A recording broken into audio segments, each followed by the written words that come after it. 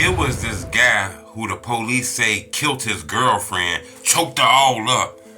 You know, he was convicted. He was about to spend 30 plus years in prison. It was a point where he might have not never came home, you know, including the time he was getting. If he made any mistakes, he was going to be an old ass man when he came home. Due to clinical error, they let him out of jail. Yeah, guys, well, you mentioned it just a moment ago. This was some sort of paperwork error that let this convicted killer get off free. He was set to spend at least 3 decades behind bars in connection with his 2022 murder. But again, he is a free man tonight. The victim's family is now terrified. Hit the like button. Goal on this video, 1,000 likes. This guy is a known convicted killer. They say he killed a woman, strangled her to death. You know, he was caught. He was jailed, you know, through some clinical error.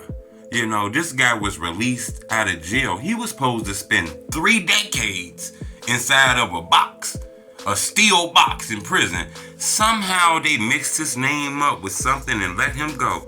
He free right now. This man is free to go eat some food, get some pussy, get some money, chill, you know, live the life. He not turning himself back in. They got a big manhunt on him. This happened in Atlanta, I believe.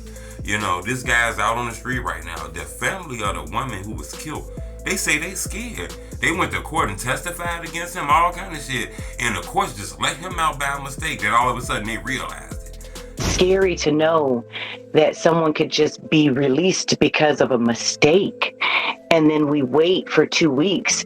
We don't alert anyone. 19-year-old Delilah Grayson's mom hasn't slept much since she found out a search is now underway for Kathan Guzman, her daughter's killer. Clayton County jailers accidentally let him go. He strangled Delilah to death in their apartment that morning because she was planning to leave him. You know, the family said if anything happens to them, then they gonna come right back to the police and it's gonna be a big time lawsuit. Somebody made a bad decision on this, you know. So many inmates locked up, paperwork be fucked up, always counting on these computers. This end up happening.